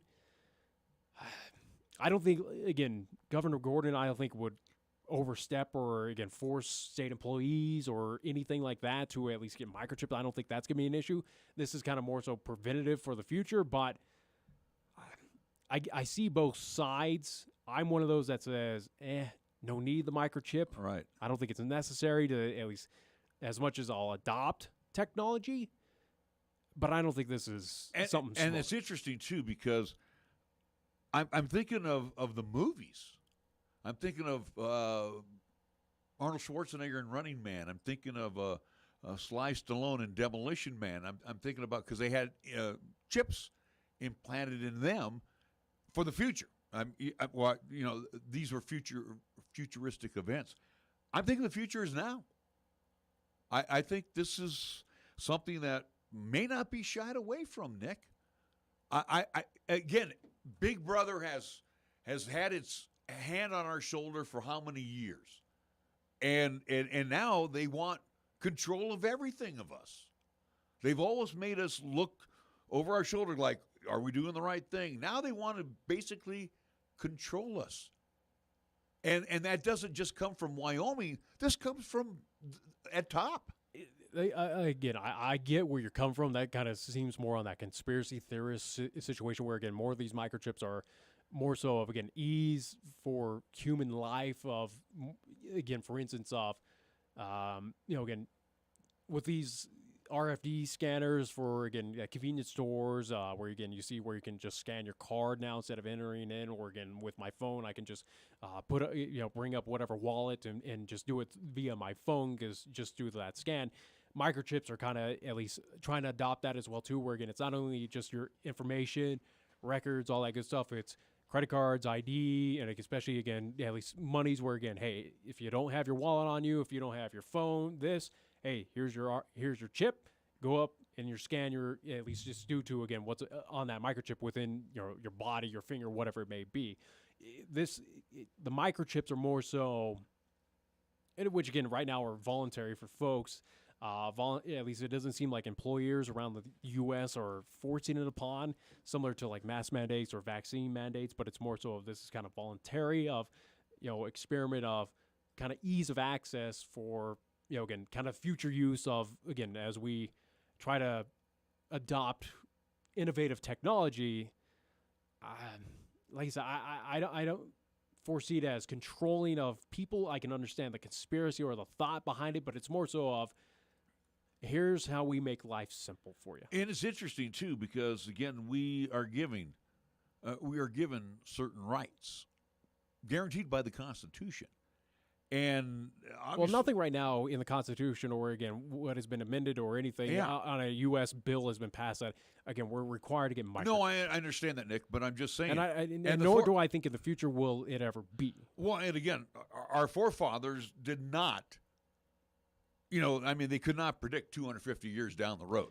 How our technology has advanced through the years is truly remarkable. I'm so far behind technology. You're more on top of it than I.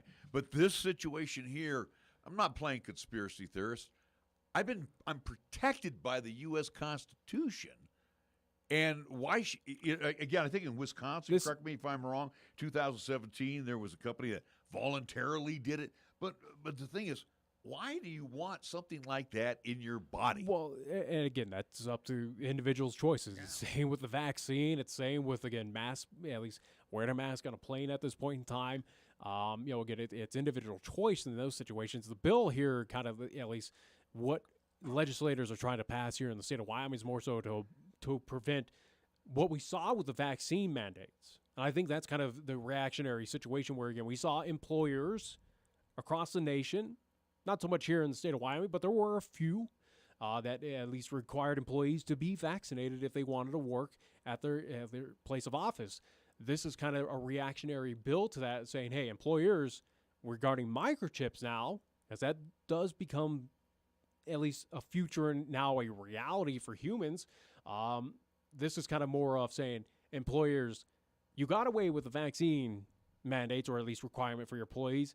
This microchipping, though, is not going to happen. And for me and my stance, again, of human and individual freedom, I'm for it. I think it should be up to the individual. Where, again, employer, a technological employer, again, for instance, Dish, where we house those Dish satellites out here in town, again, those Dish employees, hey, here's a microchip to import satellite feeds to whatever. Again, you get TV to your finger through this microchip. But, again, we're not forcing upon you.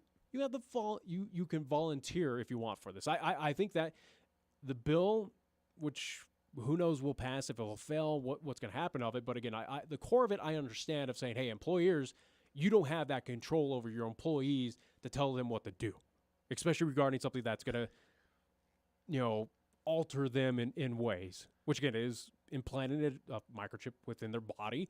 Doesn't really run a health concern, or at least from early tests, not that we know of, but it's something that to avoid you kind of overstepping your bounds of human and individual freedoms, we're going to prevent you from doing it at all. And again, it's a reaction to the vaccine kind of mandates that we saw companies around the U.S., around the world kind of implement. Yeah, it concerns me because, again, we talk about being born free, and it sounds like we're being born free, but oh, wait a minute, there's a catch to being born free. I mean, there's still we want to keep our eye on There's still technically freedom, and again, going back to the vaccine, at least mandates that were out there for employers, and again, we saw that even countries kind of at least employ a vaccine mandate to enter their border.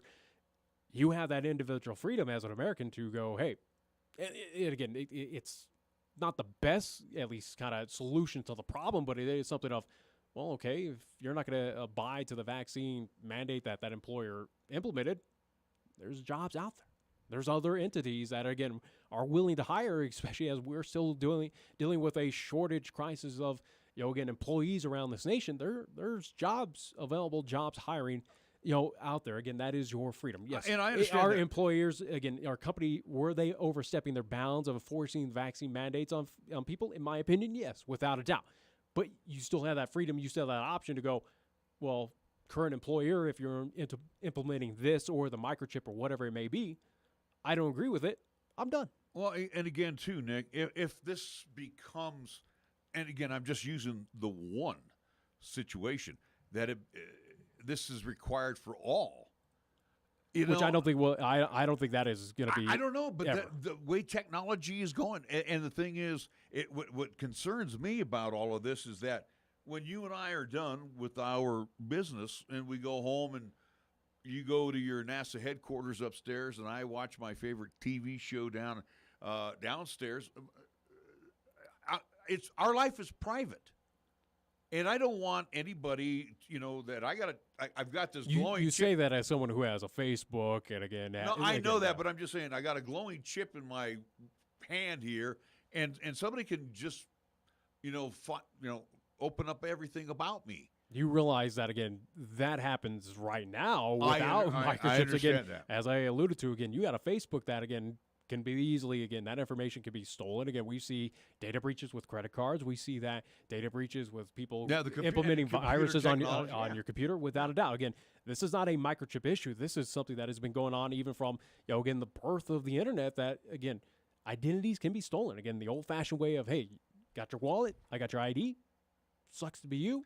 But now, again, with technology as it advances, again, there's more security measures in place compared, at least in the past, but there's still that vulnerability. And then same with the microchipping. Again, if it does move to that point of, again, credit cards, which, again, we're seeing right now, again, debit cards, identity, health records, all that good stuff, yes, it does run that risk of being hacked or at least data breach. But, again, even here in the 2000s, we still have those data breaches without even having that advanced technology going on. Again, look at what happened with Target.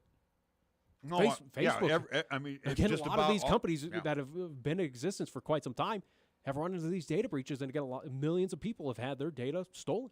Well, yeah, and the cybersecurity of the oil tankers back east. The topic of a microchip, again, I have no issue with. It's more so of employers implementing or forcing employees to get one. That's where I have an issue. Again, this is what that bill is going to address for the future of saying, hey, employers within the state, you are not allowed to do that, which, again, I respect, I get, and, again, hopefully it does not have to get to that point. Again, we'll see what happens with the bill, but, again, we shall see. Microchips, again, it's still early adopting at this point in time. Again, we see it within our animals right now, but, again, as it's slowly coming to humans, this is more so, again, preventing employers, companies, similar to what we saw with the vaccine mandates, to basically say, hey, you're overstepping your bounds. Let them be employees, let them be individual workers, and you can't force them to do something like this, which, again, I get, I respect. All right, let's move on. One last thing potentially coming up in the Wyoming legislature. Again, courtesy of the Cowboy State Daily, and again, thank you to our good friend Jimmy Orr and the great staff over there for providing us with a lot of stuff we get a chance to talk about. Drones, and talk about technology. Drones, Colorado River protection high on the list. For example, drones shouldn't be used to give hunters an unfair edge or snoop into other people's private spaces. And lawmakers will also consider whether to form a Colorado River Authority Board charged with conserving and protecting Wyoming's water rights among the tributaries to the Colorado River. So the legislature, we look at things that go on and some of the clown issues that get brought forth. But you sit there and you again, we talk about, jumping ship for the primaries. We talk about microchipping. There are some stuff that the legislature's got to deal with. That's some serious stuff. And again, we have our elected representative there, hopefully making that right choice. Is drones a heated conversation? I mean, it just depends. Again, the bill proposed, again, regarding drones of more so of trying to force drones to not cross over private property. I get. Do we need a bill to at least? I get it to an extent, but again, is it a hotbed issue that is concerning all Wyoming citizens? Not really. Let me ask you this question: if a drone is over our house, okay, and again it's on my property, do I have the authority to shoot it down? Will I get in trouble for shooting it down? I don't know. I mean, the neighbor may come over and kick my face in. I have no idea because, again, drones, which again have been around for a couple of years now, but again, what laws have the city of Cheyenne passed, or again, what is in the rule book according to the police department? I don't know.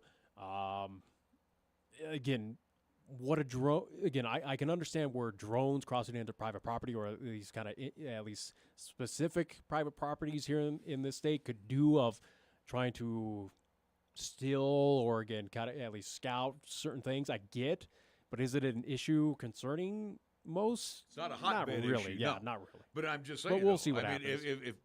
if we're looking at, hey, they're intrusive to my property, I'm going to blast it out of the sky. Yeah. And will I get in trouble for it? That's I don't know. my question. All right, moving along past that, and again, that's it.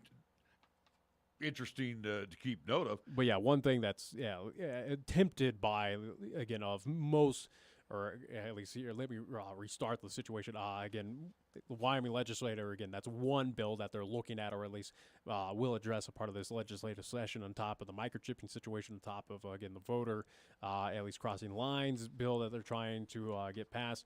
What else? On top of that, I do believe another one regarding game animals.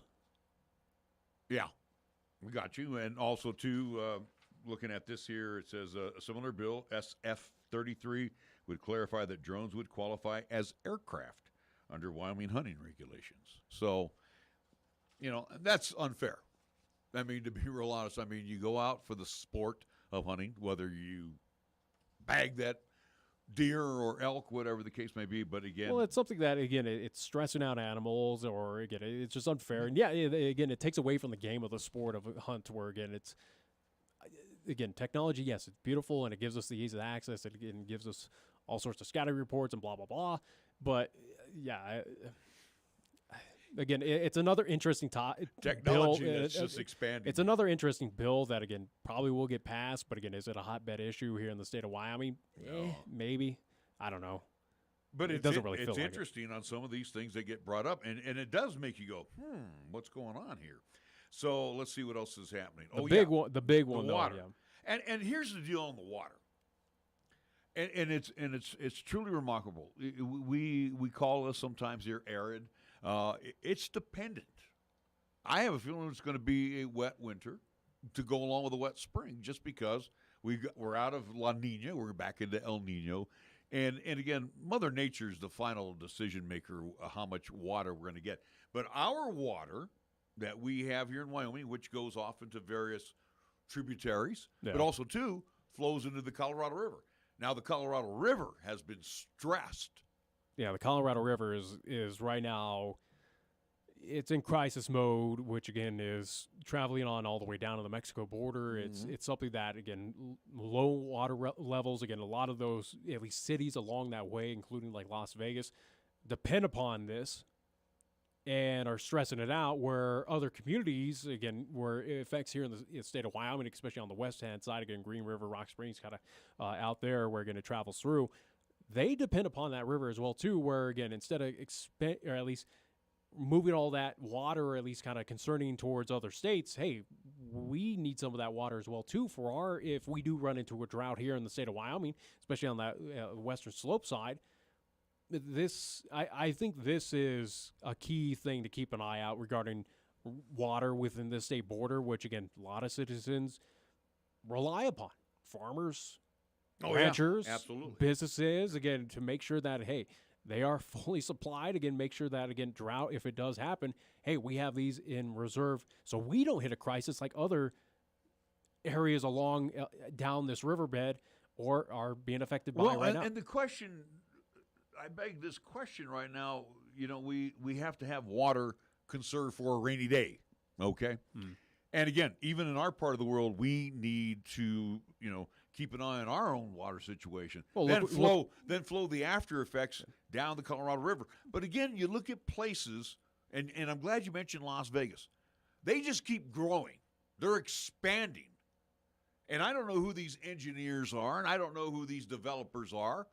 But if I'm part of their water boards, I'm going, hey, wait a minute, we just don't have enough, and we can't grab any more.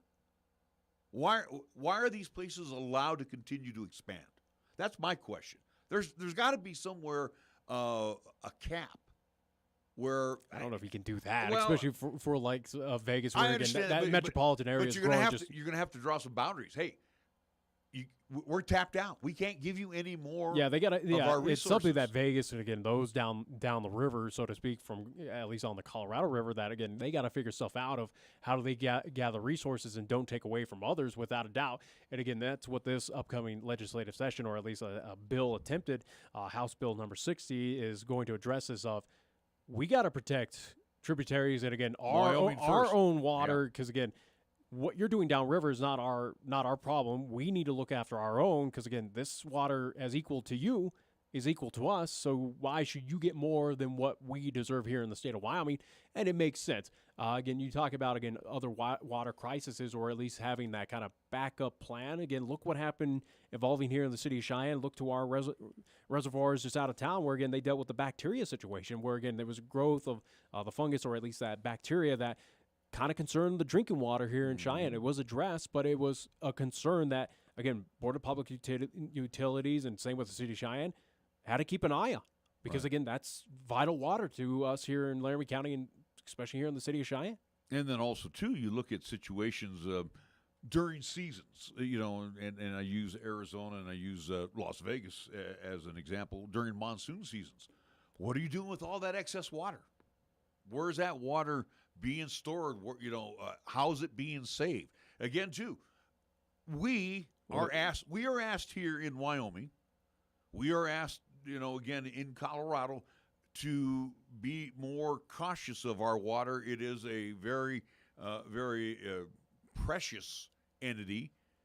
But yet, when you go to these other places, they're demanding and expecting our water, but they do nothing in the process to do their part to conserve it or replenish it. And again, Las Vegas is in a tough situation with Lake Mead out there, where again it's year in, year out, kind of going downwards. And again, folks out there realize that, again, where do you look to if you're Vegas? Again, if you can't take more out of Lake Mead, or at least regarding the Colorado River, again, California dealing with drought, you can't take anything from that border as close as you are to the California border. And they've already tried Arizona, sucking it out of the ocean. Arizona dealing with their own water crisis as well, too, especially out there towards at least the Laughlin area, or at least, again, that city that blinks on my mind, again, bordering to the south there. But either way. Bullhead City, Tom? Yeah, Bullhead. But either way, again, Arizona dealing with their own, at least, kind of drought and water situation as well, too, within that state border. Again, for Las Vegas, as much as it's rapidly growing, and again, let's make note that, yes, it's a metro area that now encompasses, again, with Summerlin, with Las Vegas, with North Vegas, with Henderson. Again, it's a metro area that over the past years, and again, when I lived out there, it's growing rapidly just due to the fact that, again, look at the sports franchises going there, the new hotels. Again, it's becoming a new mecca for those in Southern California to now move over there and take at least kind of residence in Las Vegas. It is concerning, and yeah, I think plain and simple, Las Vegas has got to figure out something that, again, you're exhausting one river, one lake right now. That's costing others upon that lake, or at least upon that river. They want that growth here, but they're also not replenishing what they're using. Yeah. But also, too, if we brought in the world map, which I've got a copy out there, you take a look at the planet.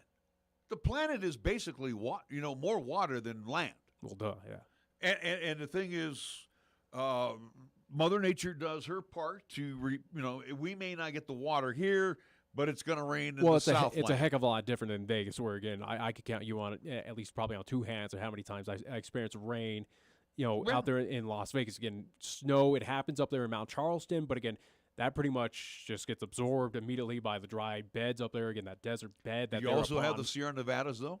But I'm just saying, it's Mount Charleston, which is part of that Sierra, at least Nevada range, which is, again, to the west-hand side of Las Vegas, again, does see that precipitation, again, does get snow up there, but, again, it's instantly absorbed into the ground, again, just the dry nature out there of being in the Mojave Desert. It's something that, for Las Vegas, it's a city that's absolutely in a rock and a hard place of where it's located, dependent upon this Colorado River and Lake Mead, that, again, when it does rain out there, it's instantly gone. It goes within those sewer systems. And again, we see, especially again, when it does that heavy rain, that heavy monsoon, those sewers, that sewer system, that water drainage system in Vegas can't handle it. And it's wasted. Yeah. So, again, until they, and I'm going to have to use Vegas here as an example, until they pull their heads out and figure this out, I would think you would put a moratorium on expansion. You just, if you can't supply, Nick, if you can't fill the supply need, why are you putting more in place? Yeah, I get that. Again, stressing the system and stressing. Exactly. Yeah, it's something that, it's definitely within Nevada. Again, governor out there and saying with representatives, again, regarding at least Las Vegas, they got to address it without a doubt. Where, again, you're stressing now an entire river that affects many states and many communities, including here in the state of Wyoming, which, again, this House Bill number 60, will it get passed? It should. Hopefully it does. And we're going to see what the ramification is, where, again, basically what this is saying, as we alluded to at least beginning to talk about this, is that Wyoming is going to step up and say, hey, the tributaries and regarding the Colorado River, that water, which is being, at least as of right now, or at least is to the future, look to help out Las Vegas and some of the others that really need it. It said, hey, we need it as well, too. We get our own fair share. we're keeping our water. When we all were granted statehood, and of course Wyoming was granted statehood, you sign compacts. Hey, we get water, and yeah, you need water down here. We're more than happy. But I think Las Vegas needs to understand first and foremost, and I'm sorry that we're picking on Las Vegas. You could throw it into Arizona as well too. It's our water first, okay? And then what we have available, we send down the pike. Same thing with Colorado. Colorado's got, hey, this is our water, but yeah, we've got deals in place with Nevada and Utah, whoever, New Mexico. But the thing is, Las Vegas is full of greed. And it's like, well, we're building this Taj Mahal, and we need. Yeah. But they're doing it without thinking. And like you said, Lake Mead, I remember that lake being full a few years ago. But then again, too, Las Vegas wasn't as huge as it is now. So, and that's what's stressing, without a doubt. Again, up and down that Colorado River, that again expansion, again cities rapidly developing, including Las Vegas, that are stressing out that system. But again, we will see what happens regarding this bill if it does get moved forward, if it does pass, and if it is enacted into state law. That what does this do for those communities on down the line from us? Where again, I get it here in the state of Wyoming, where again you want to protect your own, you want to protect our communities and protect our waterways. This makes sense, but it's a river that is extremely stressed out, that is on the verge, and again, they're talking within a couple decades that might run dry. What the hell is this going to do? Or again, where do you go? Is this going to? You also do wonder if is this going to exacerbate the problem if this gets passed here in the state of Wyoming, where again we kind of take in with our own water. Does this make the problem even worse? Who knows? And again, too, this is where I'm being at. Growth is great. And again, too, we talk about growth here in Cheyenne. But, just sorry to pick on Vegas again. You need, when you're planning and developing all of this stuff, you're leaving out the most important part. Water. Where's it coming from? And if you're already stressing out. Well, again, for Vegas, it was the river, and it was Lake Mead at the time when it was enacted you've already stressed in that the out. 50s. Where are you going to go now? Yeah. So, again, that's the tough thing. Yeah. That's the one thing I would say about Vegas. You got to start slapping moratoriums on. Can't do it. Don't have the resources. I don't think Vegas is going to want that, especially with the economic boom that's hitting right now. Well, what's to say that Wyoming says no more? We're only going to give Colorado X amount. I don't think Wyoming would do that. No, I'm just saying though. Why should they be privileged in Vegas to take one of our resources? Well, and yet again, that's what this bill is addressing. Of saying, hey, we have our right to our water as well too. You're not allowed to at least take up more. Abuse it. Abuse it without a doubt. So we shall see. Again, it's a conversation. It's a topic that has been hotbed right now regarding the Colorado River, where again it's kind of on a severity level right now of where again it's threatening to dry up and affect a lot of communities, including Las Vegas.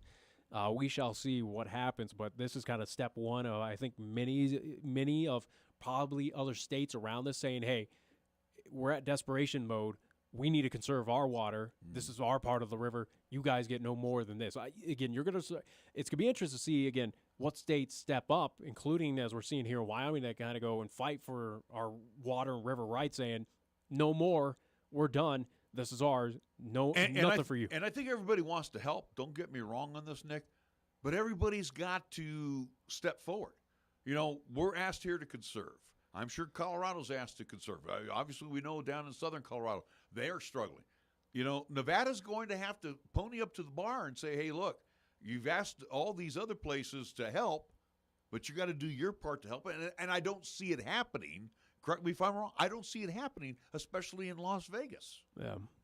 All right, we got to take a break. We'll come back. We've got more of KRAE reports that we can review. Again, we're back after the new year, and we'll be having guests in from time to time. Join us on Mondays. Today, Nick and myself talking about some stuff. Cheyenne Post Office in the news, and we'll be back after these words right here on 1480 KRAE. 1480 KRAE is your home for live play-by-play coverage of high school basketball and football. To hear all the play-by-play calls of East, Central, and South football and basketball. You'll hear the conference action along with the postseason, and during the basketball season, 1480 KRAE features both boys and girls games. Catch all the exciting calls on AM 1480 KRAE, also streaming the games worldwide on the web at 1480krae.com. Check out the huge savings this week at Town & Country Supermarket Liquors. Here are just a few of the terrific weekly specials. It's your one-stop to shop for these super radio buys heard only right here. Jack Daniel's Apple Tennessee Whiskey, 1 liter bottle, $19.99. Modelo Especial, 24-pack, 12-ounce cans, $28.99. And Old New England Eggnog, 1 liter bottle, $13.99. Town & Country Supermarket Liquors on the South Greeley Highway, Cheyenne's low-price leader. For nearly 30 years, family-owned and operated Lennox Auto Body, along with the Auto Glass and Detail Center, has been serving our community with quality and customer satisfaction. It's a pretty simple drill. When you want it done right the first time, call Lennox Auto Body for an appointment at 307-634-6608. Lennox Auto Body at 1020 Dunn Avenue. And the Auto Glass and Detail Center. Remember, it's not clean until it's Lennox clean at 617 East Pershing Boulevard. Lennox Auto Body. No shortcuts, no compromise. In times of economic uncertainty and chaos, your money means nothing. You may not even be able to get it from your bank or ATM. And the money you do have in the stock market will go down and down. What you can bank on is gold and silver. Gold and silver have been a reliable and trusted form of currency for thousands of years. Gold and silver have never been worth zero, and typically gold holds its value during economic turmoil. Call the Gold Hotline now and learn how to protect your money and your assets with gold and silver. And learn how to set up a new IRA or roll over your current one into a gold-backed IRA. Protect your money from the next market crash with gold and silver. Call now for your free gold guide. 800-501-9096. 800-501-9096. 800-501-9096. That's 800-501-9096. Cheyenne Urological has been the cornerstone of urinary care to Cheyenne and its surrounding communities for over 30 years. With their fine expert doctors, along with their highly trained staff, they will provide top-quality treatment for prostate cancer, urinary tract infections, kidney stones, impotence, and incontinence. Cheyenne Urological is now offering cutting-edge robotic surgery. So call Cheyenne Urological at 635-4131 for compassionate expert urinary care. That's 635-4131. Here's the latest weather forecast on 1480 KRAE. Weather-wise for today, sunshine and breezy. Expect the daytime high near 43. Winds out of the west 15 to 25. Gusting as high as 35. Partly cloudy for tonight. Low down to 27. Partly sunny. Continued breezy for tomorrow. We're looking for a daytime high near 50. Mostly cloudy Tuesday night. Low down to 29. And for Wednesday, mostly cloudy with a slight chance of snow developing mainly in the afternoon. Continued breezy. We're calling for a daytime high near 43.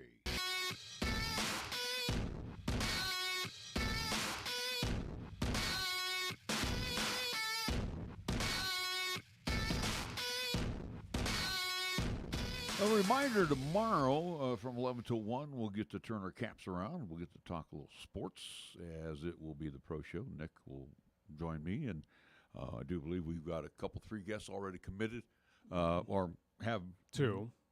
I said couple, 3 guests, so I missed it by 1 that will be joining us for the program. You never know who else will be joining us, so we'll have that program for you tomorrow. We have 2 days of the pro show again, as we mentioned here in the beginning of the new year. Again, same with KRAE Reports. Do want to mention, since and this is our first show coming back after the new year. Again, KRAE Reports again live 11 a.m. to 1 on at least on Mondays. For instance, next Monday we will not be here again out of respect of the MLK holiday as well too. But again, at least regarding today's program, again live 11 a.m. to 1 will be replayed again on Monday again 4 to 6 p.m. similar to what we do with the pro show. Again, tomorrow's pro show again more focused on the local high school. Again, we'll recap the James Johnson Winter Classic, talk about also too Cheyenne Rec, what they have offering right now as well too. We'll have a representative from at least rec department in. Looking forward to that. Also too, again, we'll talk Cheyenne East Lady Thunderbirds basketball with head coach Eric Westling. Wednesday's program we kind of more focus on to kind of the broader spectrum of again pro, semi-pro. For instance, again we'll talk Colorado Eagles, we'll talk Wyoming Cowboys. Also to talk about NFL playoffs upcoming this weekend as well too. So again, Tuesdays pro show again more on the local high school side. Again, Wednesdays is more broader of pros, semi-pro, again, just kind of regional and nationwide athletics. All right, another story courtesy of the Cowboy State Daily, and this was interesting too, because before we broke for the New Year holiday, Nick and myself, taking care of our paperwork here in the building, I ran over to the post office to grab some stamps. Holy cow! Again, this is the end of the near the end of the year, and I mean, whatever time, 1, 2 o'clock in the afternoon, the line was about 16, 17 deep. And I don't know if this goes hand in hand, but now as I read the story, I'm thinking that I'm sure it had a lot to do with it. So, again, from the Cowboy State Daily, Amazon says it told Cheyenne Postal Service ahead of time about the huge dump of packages. Holy cow. Do we have major problems now? Well, and again, it's interesting as well, too, as you go through that article as well, that Amazon, and again, it was not confirmed by the Cowboy State Daily, but again, it was kind of rumored around that Amazon basically said, hey, due to the winter storm and winter conditions up here in the state of Wyoming, including Cheyenne, we're not delivering packages, or at least Amazon trucks as you used to see around Cheyenne, which again are lacking. And again, for me, who's recently bought a few Amazon things, again, you had that 1 to 2 day shipping that was coming out of the Loveland, at least shipping center, now is being handled by the United States Postal Service at this point in time. And again, you wonder if that is an Amazon policy right now that, again, I think it was around the date of sometime in May that they will return services just due to the winter conditions. Again, Cowboy State Daily could not confirm or deny that. It was just more so of, again, that's been kind of rumored. But again, you've noticed that, again, where this city has been inundated by multiple Amazon of those vans or those trucks are kind of vacant right now. Services has been transferred over to the United States Postal Service that stressed out all 3 post offices here in town, including, again, the one that's just across the way from us here over on Converse. And this is the main post office. Yeah, that's the main one, again, downtown. And same with F.E. Warren, where with the influx of packages, including with the holiday, and again, obviously that's going to be a big difference where, again, you already have those folks mailing stuff through the post service, and now Amazon moving all of their packages to the post office, basically prompt them to shut down offices, which caused a lot of hectic for a lot of folks who were trying to get in, whether it was ship out mail, buy services from them, get stamps, had to deal with issues which, again, stemmed for a couple days post those closings that, again, there were long lines out of these, post offices here in town. You kind of feel for the post office where this kind of, in my opinion, again, you look at the situation, blame lays within Amazon of why was a decision to all of a sudden shift focus on to, hey, USPS here in Cheyenne especially, you handle all this influx of packages, you're aware of it, it's your problem now. And again, this also too stems with the USPS right now, where, again, similar to a lot of employers in this state and including this in this city are dealing with worker shortages. But also, and again, let's go back to that because you made a very key point. Jeff Bezos also has cut back his workforce. Yeah. And that includes Colorado. So it's just not one state that it felt the effect. So, again, they're stressed at their sites. And again, whether we lose 1 or 100 workers, that puts a lot of burden on people because they've got to pick up that extra work. Now, again, you look at the weather situation that we had. Matter of fact, and it was interesting that you mentioned Amazon. I did see a couple of trucks yesterday in town on a Sunday delivering some packages. But it is not as rapid as what we've seen in was months more past. Of the vans, yeah. Yeah, again, in months past, you would see vans pop up all over town. And again, even as an Amazon shopper, which, again, pretty often using that source, again, we were offered here in town, again, that 1 to 2 day shipping where, again, you're having your item guaranteed very soon. Now, again, to get something, it's taken days. It's taken weeks. Now with Amazon, again, it's going through the post service. Now with Amazon, if they are using the USPS, okay, which again they do, if they do that, it goes to Denver, where Amazon brings it trucks it right up here. Yeah. Now, if you are using the mail service, it first got to go to Denver to get sorted, then come up here. So you lose a day. So Amazon's reputation gets hit a little bit. for their delivery. Am I right? Yeah, without a doubt. I'm curious to see where, again, even with the benefit of where you have to pay for Amazon Prime, which, again, is included for the free shipping, where, again, where we all kind of got spoiled with, again, this 2-day instant or 1-day instant shipping just due to the fact that, again, the distribution warehouse was just 45 miles down to the south of us in Loveland, Colorado, that, now, like I said, you're waiting weeks, if not, a few days or longer, which, again, yeah, it sounds a little, at least, not selfish is the right word, but again, it's something that you kind of feel a little spoiled that, yeah, we were used to something, but again, Amazon kind of promised to deliver within this time frame. Again, that was kind of like the agreed upon situation with Amazon Prime, which now we don't, just due to the fact that Amazon all of a sudden doesn't want to deliver up here because of winter storms. And again, too, you're not going to hear any sympathy out of me.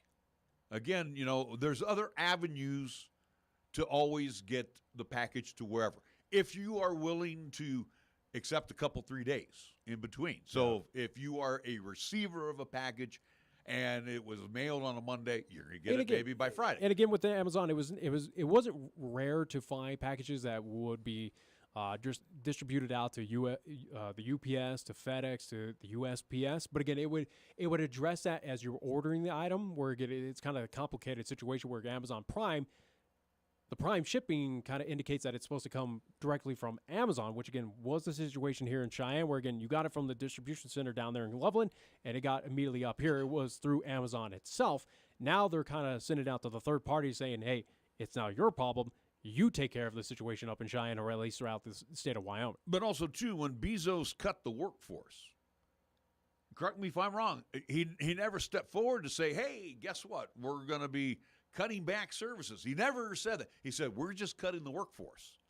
But, he should have put in that little disclaimer, oh, by the way, services are going to be cut. But this doesn't seem like, again, it's different. It's not causing issues with service in other states or other areas. This seems like it's kind of more localized here with our winners, with I-25, with I-80 as well, too. And I'm sure it seems like elsewhere. But again, right now it seems like it's kind of like isolated, or at least as you try to find other incidents of this happening across the U.S., it seems like it's more isolated here to the state of Wyoming, where, again, if it is true, which, again, was not confirmed by the Cowboy State Daily, and, again, at least it's not posted anywhere else, or at least any other news outlet here in the state has been able to find it. But, again, if it's true that Amazon just basically said, hey, we're not coming up to your state border until wintertime's over, which, again, kind of time frame was around mid-May, that kind of seems a little ridiculous at this point in time. And again, it doesn't that doesn't tell me that it's because of losing, or at least cutting back the workforce, a part of Amazon delivery drivers. Well, and again, too,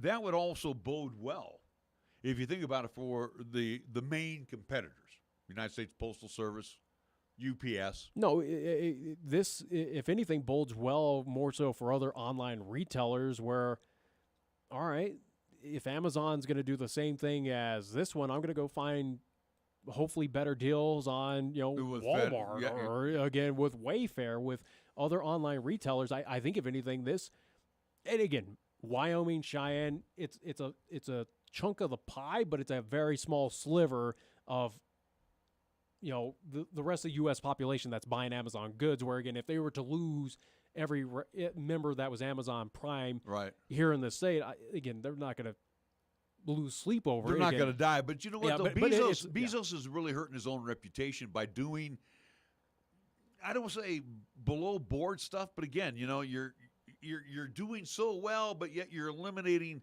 16,000 workers. The weather's bad in Wyoming. We're going to go another route. Again, they're not backing up their original statement of how good they are. Yeah. And how quick the delivery and the fraud. And again, that's the thing with Amazon Prime. Again, you're paying for that Prime shipping to not pay for shipping itself. Again, you're getting it free through Amazon Prime. Even though, again, you pay the monthly subscription, which, again, is, neither here nor there. You're still getting hit with a charge. Yeah, so it's, if anything, this, at least in this part of the area, curious to see how many folks have kind of turned their back on Amazon after this situation of, again, this recent turn of events. Again, if anything, what this does here in the state and the city of Cheyenne, I think plain and simple does hurt Amazon, and it helps other online retailers, or again, hopefully it helps local folks, local stores of saying, all right, well, I don't want to wait. Instead, I'll just try to hunt it. Buy, shop, and eat local. Yeah, there you go. All right, so again, that leads into the situation. It's not a situation, but I mean, and I even hate to use the word meltdown. The Cowboy State Daily uses the word meltdown, but the nice thing, I shouldn't say the nice thing, the thing that didn't happen was the impact for Effie Warren. Even though, again, that office did close as well, too, as the others two did, but Effie Warren is kind of on their, at least regarding mail, they're on a different system, especially when they need crucial items, again, more so for at least kind of the security measures or, again, necessary needs for that base. Something like this does not affect them, thankfully. So, again, all it did is but it could have. But I'm just saying, it inconvenient more our officers that were on that base that could not attend or go to that post office to, again, get whatever services, goods, needs, stamps, whatever this or that. That was just kind of more of the inconvenience. But, again, Effie Warren was a situation that, even with that office closed, thankfully was not affected by it. And if it happens again, it's a situation that they run on their own different kind of mailing system that, again, Effie Warren is nothing to worry about if a situation like this arises again where offices around town have to close. Yeah, and again, you look here at the story, and military personnel on base have more than one option, as you mentioned, Nick, for getting time-sensitive materials where they need to go, according to Staff Sergeant Cody Dow. According to Cody, each unit actually has the resources, if they need to have those things that are a little bit more time-sensitive. To mail those documents through other postal services as the need arises, he said, at this time, nothing critical has been halted. But, and I use the word but, what if? And again, we lucked out. So I don't think it's a what-if situation. I think Effie Warren has... You think they've got other measures in place? They got measures, they got backup. So it's something like, again, if a situation like this happens with the post office, again, where they have to close that down, nothing to worry about that. They will be supplied. That, again, nothing's going to affect national security. That's going to affect that base. So, yeah, again, it was just good on the Cowboy State Daily to kind of at least bring that to light that, again, if this happens again, no need to worry. All it did was just inconvenience a lot of folks. The main crux of this, though, is more so regarding the USPS, especially here in town, that, again, did reach out to the media representative. Hopefully we will talk with that individual, have him in, and talk about that situation and talk about also, too, the kind of worker crisis that they have been going on for quite some time. Again, let's be honest, again, a mail carrier, not the most glamorous job. It's taxing. You deal with all the elements. Again, it's long routes as well, too, especially with the lack of bodies out there. But you are compensated well. Yeah. Again, for the most part, you. I think it's up to about $18 an hour or something like that, which again is. Hey, I'm making minimum. Let's be honest. $18 though an hour in this town is you're kind of barely scraping by, especially with some of the rents and just prices of cost of living in Cheyenne. It's not going to get it done. But either way. That's kind of the other issue right now is that curious to see if we have another influx like this. Is this going to be a continuing trend for post offices here in town? Again, if this is going to be until May and we see more influx, granted, again, you're not dealing with the holiday rush of a freak kind of situation of here's a massive amount of boxes of packages that need to be delivered here before kind of the Christmas time, around Christmas time. You don't have to worry about that here as we move into May, but if it were to happen, if something were to happen again, for instance, Valentine's is coming up, and again, you get packages, you get gifts on there, flowers, chocolates, blah, blah, blah. If that influx happens again, is this going to be a continuous trend at the post office that we can't handle it just due to the lack of bodies? Well, and again, we got to shut down. You said a key line, that the post office is not the most glamorous job, but also the post office has been their own worst PR. Because, again, too, you hear out of Washington, D.C., or how many billions the post office has lost. Well, you're thinking, all right, I signed up with the post office. How long am I working for? Because you're not given a contract. You basically you sign up and then you go, but you also could be lowest man on the totem pole and adios. Yeah. So again, their public relations within the U.S. has not been the greatest. All we hear is the bad out of the post office, and there's a lot of good, but you know, situation there. If I'm sitting there going, well, this company's lost billions of dollars, why would I want to go to work for them? Does that make sense? Yeah. Yeah, throw $18, $19 my way. That's great. How long? How long am I going to be making $18, $19? I mean, the Postal Service is going to stay in business. Don't get me wrong; it's not going to shut down. But what if they cut? It's not immune to layoffs without a doubt. Again, we see that with TSA. Again, with the USPS. Again, layoffs can happen. It's also through a government agency that, again, if government doesn't get financial or fiscal bill passed, again, it can go on furlough as well too, which again has affected government employees over. We've seen that over the past couple of years. Again, with that stall out to get that financial budget passed. Again, we've seen those government workers. You got to go to work, but you're not getting paid, which is absolutely ridiculous. But yeah, it's something that to encourage folks to sign up or at least go for that job. Yeah, I think PAR absolutely is kind of, it's a tough sell to get folks encouraged or get them enthused to go work for the USPS. Again, you do get government benefits, but is it worth it of the headache, and is it worth it of, again, the question mark of, will I get laid off? Am I going to get furloughed? Who knows? Yeah, again, if you are a public relations person for the Postal Service, you start putting more positive messages out there of the good things that you do, how you get it there. Well, that individual, regarding at least here in the city of Cheyenne, again, he's got an open invitation to come on this show, so hopefully he'll respond back and we'll get him on. That's more national than it is just on the local side. Well, again, local, you got to get workers here too in Cheyenne. I got you. All right, well, we got to wrap things up here. Been an interesting 2 hours of the KRAE Reports a Week in Review. Again, we'll be back at it again Monday. 2 weeks. So the 23rd, at least that Monday, again, we're going to again not have a show next Monday out of respect to MLK Day. Equality Day. Well, supposedly there's MLK Day, and then Equality Day is another day as well too, which is kind of confusing. And again, we at least talked with one of our representatives. The 23rd here in the state is Equality Day.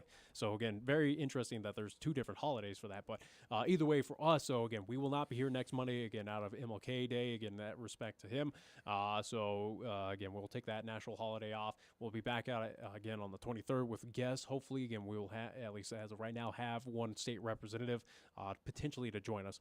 Regarding today's program, as we mentioned, again, it's live right now, again, 11 a.m. to 1. Again, will be replayed at 4 to 6 p.m. today, later on today, for folks who did not listen in live. So, again, if you're listening to right now, again, we were replaying from earlier today at the 4 to 6 o'clock hour. So, looking forward to it. Looking forward to tomorrow's pro show, again, 11 a.m. to 1. Again, we'll have Coach Eric Wesleyan from the East High Lady Thunderbirds talk about them making history, or at least potentially they've tied it. They're looking to make history coming up this Thursday, games that we'll have here live on 1480 KRAE. Looking forward to that. And then also, too, we'll have a representative from Cheyenne Rec Department to talk about what rec opportunities are out there available right now for Cheyenne. All right, that's going to wrap up our KRAE Reports, a Week in Review. So for Nick Proati, I'm Larry Proati. Have a great day. Bye-bye. We are the key